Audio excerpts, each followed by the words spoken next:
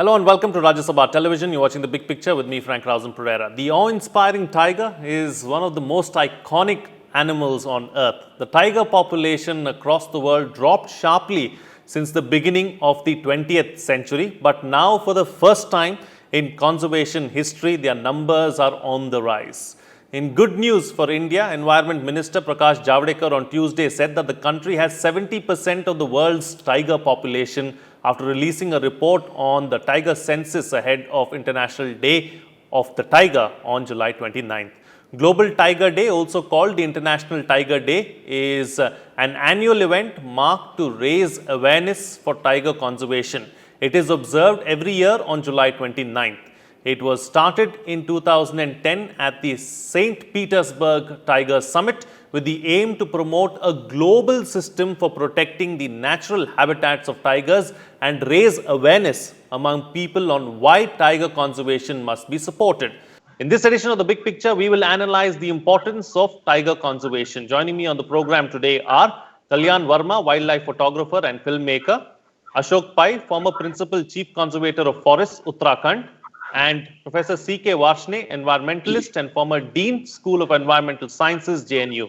Thank you to all my guests for joining me on this edition of The Big Picture. All right, Mr. Pai, I'd like to begin the program with you. As someone who's been in charge of several forests around the country, someone who's seen things from close quarters, what is it that has helped us raise the numbers from 1,400 tigers in 2014 to more than double that figure in 2019? To begin with, there was a political commitment at the central government level in 1970s, and that led to a law which enabled conservation of wildlife across the country, and subsequently that created national parks and sanctuaries with certain special measures which would not have been there in the normal forest areas of the country. To begin with, there were the declaration of parks and sanctuaries with the project Tiger being the apex of the food pyramid that symbolizes the whole ecosystem being in the picture and strengthening the system. And when you conserve the tiger, it means you are taking care of the whole ecosystem. So that was how it started. And as it continued, it was realized that the laws and technical expertise alone is not good enough unless the local communities and the people living around are part to the whole conservation efforts. And for that, the livelihood of these people are to be addressed. And that is how we now come to a stage where we have been able to bring up a species which was on the brink of extinction to a fairly good number. About 70% of the tiger population of the world is there in India, and we have about 50 tiger reserves in the country now. And the communities living in at many places have been voluntarily relocated, and that helped in further improving the ecosystem of the area and entire species and the web of life in those tiger reserves. And it is not this tiger alone, it's the whole lot of ecosystem services which got improved, whether it is water, surface runoff, the soil fertility, the species, and the other livelihood options which were available with the people. And with coming in of the ecotourism, which is the responsible tourism, the many of the people who were deprived of their traditional rights were compensated economically, and they became part of the conservation effort. And that is how we are here today with about 3,000 tigers in India, which is about 20% of the world population. And that's the as they say, the success story so far. I would stop at this level and say that yes, there are huge challenges. There are issues to be tackled with, because the situation is dynamic. It is not that we have achieved a reasonable level of population management. It's not the case. The situation is dynamic. We have to keep on evolving different processes and methods by which the population remains viable, and the sustainability of the people also, the processes also can be ensured. And the tiger conservation is not as a just a species or the biodiversity conservation alone. It has huge economic spin-off, because if you look at the direct and indirect benefits, the flow benefits of the tiger conservation is almost 300 to 3500 times the we invested in the management of the tiger. That is the kind of Right. spin-off it is giving. And the stock, in the sense that the timber and the carbon, the stored and the sequestered, that is almost runs into about 1 lakh crore of this thing. So that is the kind of economic implications of this tiger conservation. Thank you. Okay. So we'll talk about the challenges and the economic implications ahead in the program as well. But Professor Varshney, I'd like to bring you in now. Let's talk about why is tiger conservation important. Let's build on the points that Mr. Pai has made and take it forward. He spoke about the economy, he spoke about several other aspects as well. So why is it important? I think tiger conservation is very important, firstly, because it is one of the top predators that we have, or I should say it is an umbrella species. So that if the tiger welfare is ensured, we ensure a large number of other species and the balance of nature of the area. So for that purpose, the tiger protection and conservation is very important. The second important point is that today we find that most of the normal range in which the tiger used to be found, let's say about 50 years ago or 100 years ago, have completely been depleted. And it is only India that we have this species. So I think IUCN has declared it as a endangered species.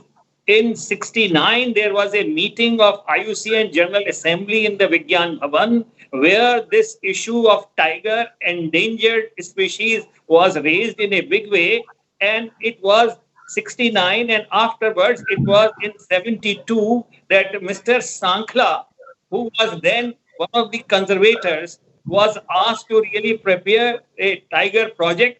And at that time, I was the secretary of the National Committee on Environmental Planning, and we really vetted this project, and we presented this project to the cabinet at that time so that this project can be taken up. To begin with, it was in the Ministry of Agriculture, but subsequently now it happens to be in the Ministry of Environment. The tiger conservation is so important that it is actually a very, very, I should say, iconic species, as you have rightly said. And if we ensure tiger conservation, we ensure conservation of many other species, which we have to really conserve. So I think taking tiger as the umbrella species, we have ensured conservation of the ungulates, we have ensured conservation of the small animals, we have ensured conservation of the pollinators, and we have ensured conservation of water, we have ensured conservation of the soil.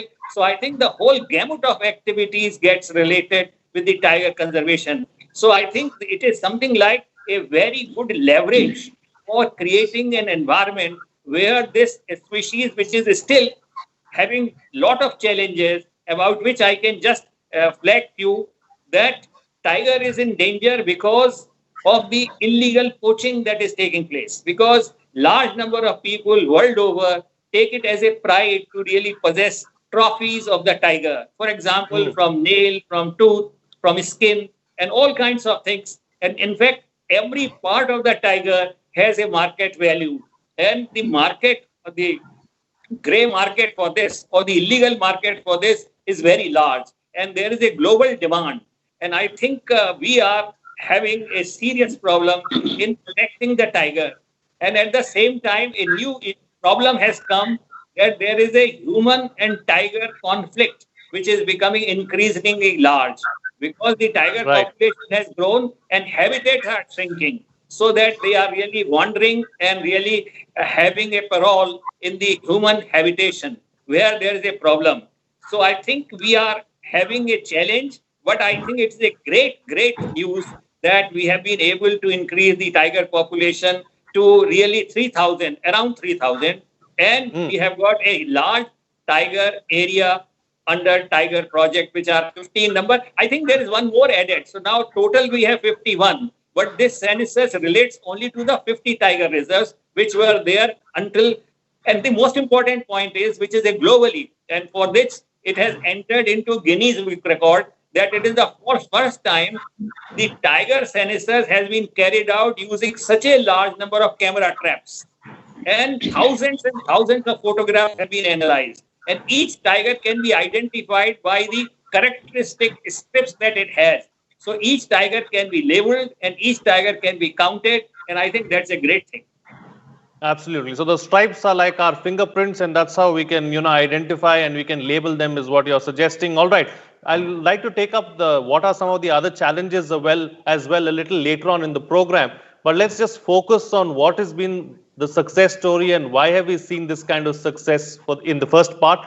Kalyan, let me come across to you now. You too have been observing this wild cat from very close quarters. You photographed them, you videographed them as well. What is it that you've seen that has changed over the last 6 years or last 7-8 years, between 2014 and 19, where we saw an incremental rise in the number of tigers? Right. Thanks. It's great to be here on the show. So I have been following tigers for close to 20 years now. And me as a photographer, tiger is not an easy animal to catch. You have to spend hours and days sometimes to even get a glimpse of it. And I myself have seen, I'm from Bangalore. I used to go to Kabini a lot, Bandipur and Kabini. And I still remember, if you go every day, morning, evening safari, maybe once a week you would see a tiger, But now in 2020, if you go on a safari, in each safari, you probably come back seeing 2-3 tigers, So I've had direct evidence I've seen of how these tiger numbers have bounced back. Of course, there are many reasons. It's not just tiger numbers going up. As Mr. Ashok had pointed out, ecotourism plays a big role, because of which tigers are also getting habituated to people. Like before, they're extremely shy. But because of seeing vehicles, because of seeing tourists, they're also getting a lot more habituated. A lot more tourists are seeing it, and it is a pride. It's our national animal, right?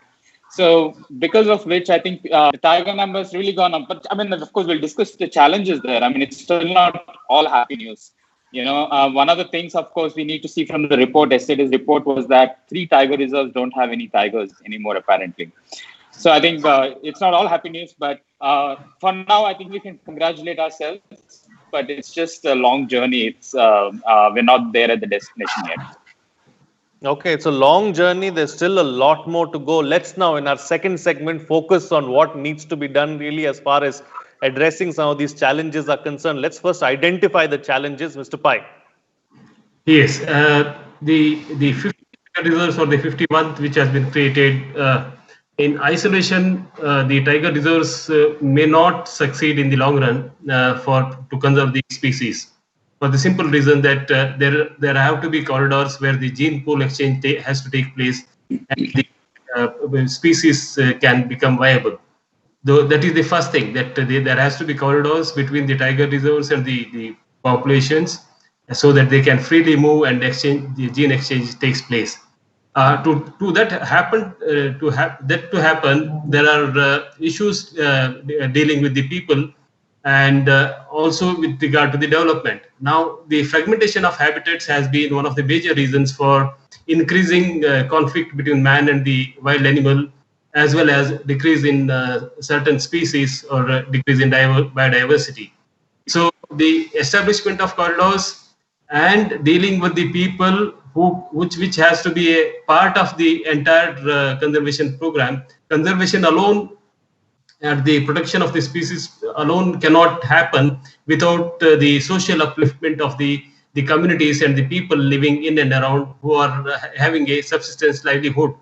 So that has to be part of that one, that where it is not that there are one needs to invest huge sums of money for that purpose, because there are already ongoing schemes of government, central government and the state governments, which deals from every aspect of the human, the community's life or the human life, and that can be used to dovetail the benefit to these communities, so that their dependence on the tiger reserves or the forest get reduced to great extent. They have other better economic opportunities, and at the same time, whoever has some amount of dependency, they become a close partners or collaborators in the development of the entire model of conservation and social upliftment of these communities. The other thing is that when we are talking about the conservation of wild animals, we have to remember that it is the ecosystem which is getting conserved or restored, and more importantly, the scarce freshwater sources. Most of the tiger reserves, if you look at the physiography, they happen to be the watersheds of many of the rivers and the streams. So they are the important sources of water, which again help the downstream communities across the country, and that is the reason that there is the investment has to take place in a manner which is supplemental to the both the aspects of livelihood as well as the conservation of the species. Okay, all right, Professor. As far as this particular point that Mr. Pai is making, I want to take that forward now. The aspirations of the people, because of which we've seen large-scale development, irrigation projects, roadways, railways, and so on and so forth. Can development and the environment or the ecosystem coexist and go hand in hand? And what needs to be done? I think you are right that these linear developments such as railroads and road network, they are one of the very serious issues in respect of creating a conservation ethos and conservation, I should say, scenario and the protected environment for the wildlife animal. You will be surprised to know that the real original habitat of the tiger in the country is very, very small. It is the buffer zone that we have added, and it is the protection that we have provided, which has really helped it. Otherwise, the core zone of the area in these are very, very small. And the original forest is actually the original habitat is only a very fraction of the total area under the tiger projects collectively. So I think here is a challenge. The other point that I want to make is that what you are saying is correct. Can the development and tiger conservation, or for that matter, conservation, go hand in hand? Yes, they can go hand in hand, provided we plan our development and our future plans in a manner where we really incorporate these issues systematically. But unfortunately, in the past, as well as the present trend is where these issues are only taken as a afterthought, and it is here that the problem comes, and therefore otherwise the tunnels can be made where actually you are passing through a tiger area. And the more important thing is that although we have got large number of tiger reserves, but their interconnectivity is very poor. Some are connected, and unless they remain connected and these isolated populations have an occasion to mix together, as Mr. Pai was saying, you see the inbreeding of the tiger, or for that matter, any animal, is a very, very damaging for the species to survive. So in order to really have a long-term tiger protection, these have to be connected. There is another important point which has come out from our survey, that it is only in the north and some in the south where the tiger population is reasonably increased. But there are many other areas, northeast as well as others, where the tiger population has not increased. In fact, in some places, it has just not there. There has been attempt made to really translocate the tiger and also achieve this so that where the tiger population has been depleted, we can rebuild the tiger population. And Panna Tiger Reserve is one such area where this has been achieved very successfully. In fact, I will say some of the best experts of the world for the tiger management and transportation of the tiger to the new habitat for rehabilitation are in the country. So I think some of the best tiger experts or the large cat experts are available in the country. And the only point is that we have to really protect it. Kalyan, so you said you've been looking at tigers, you've been following tigers and photographing tigers for the last 20 odd years. In the recent years, what is it that you found that has been troubling or worrying? Any troubling or worrying signs that you have witnessed? I think I agree with a lot of the other panelists. I think this is a great success story. In fact, I believe that with India with 1.3 billion people, the fact that we managed to double tiger numbers in the last decade and a half, I think it's a cause for celebration.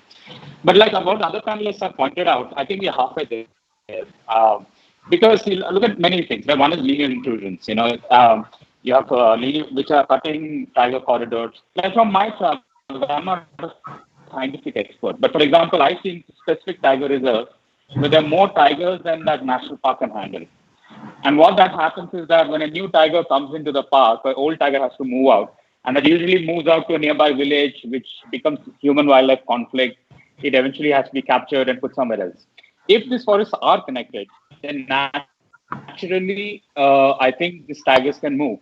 So one of the good examples for that is central India, Pench, Kanha corridor, where there is national highway that passes by in the middle. It's a very good corridor area. It supports all the central Indian forests.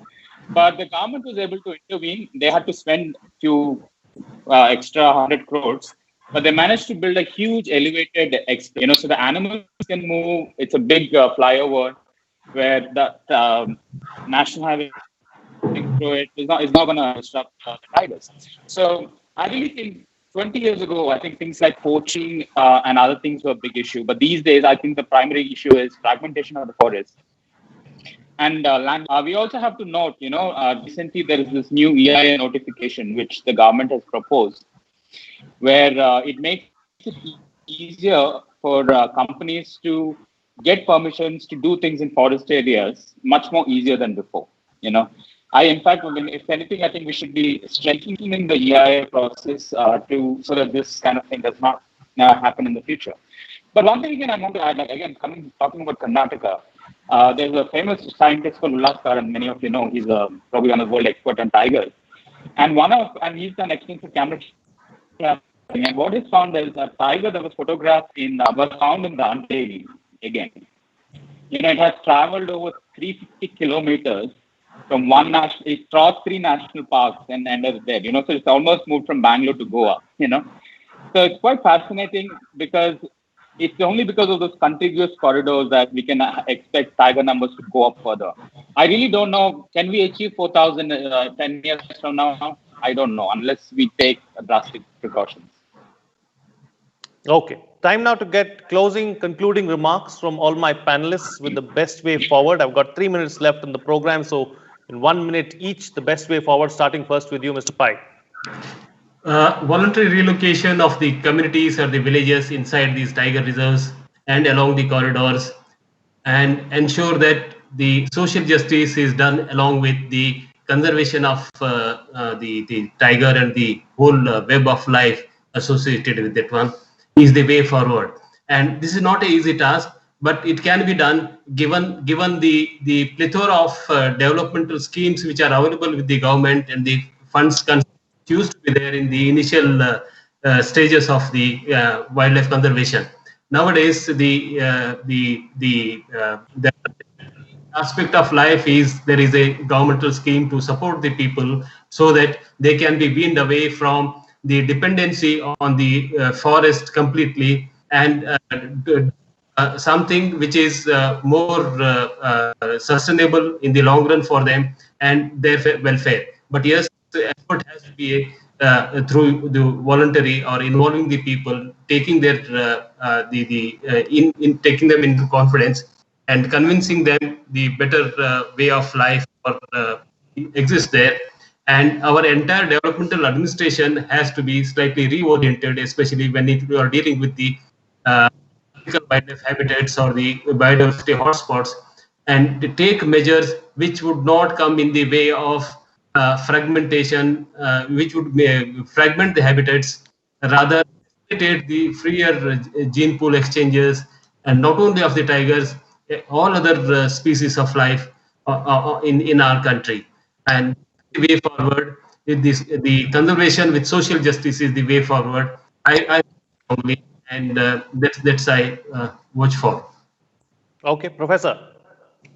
I think that the tiger conservation so far has been very nice and very, I should say, satisfactory and successful. And it's a global example of really providing this kind of protection to the tiger. But I think now the time has come that it has to be a futuristic, because the climate change is one of the very dominant factor which is going to really matter, both in terms of the animals as well as for the tiger, because the northward movement and the upward movement because of the climate change is a very dominating factor. We find that the animals as well as the plants are really shifting their range. And in case of tiger, I would like to really flag this issue that tigers were never found to be present in Sikkim, at least in high altitude, where we have got the snow leopard. And now we have been evidence of the camera trap that the tiger is now sighted there. So we can see that the future has to be there. So the tiger conservation program have now to be made more dynamic in terms of the futuristic problems and futuristic constraints that we are likely to expect because of the climate change. We cannot wish away climate change. It is going to be a part of our really experience of the future.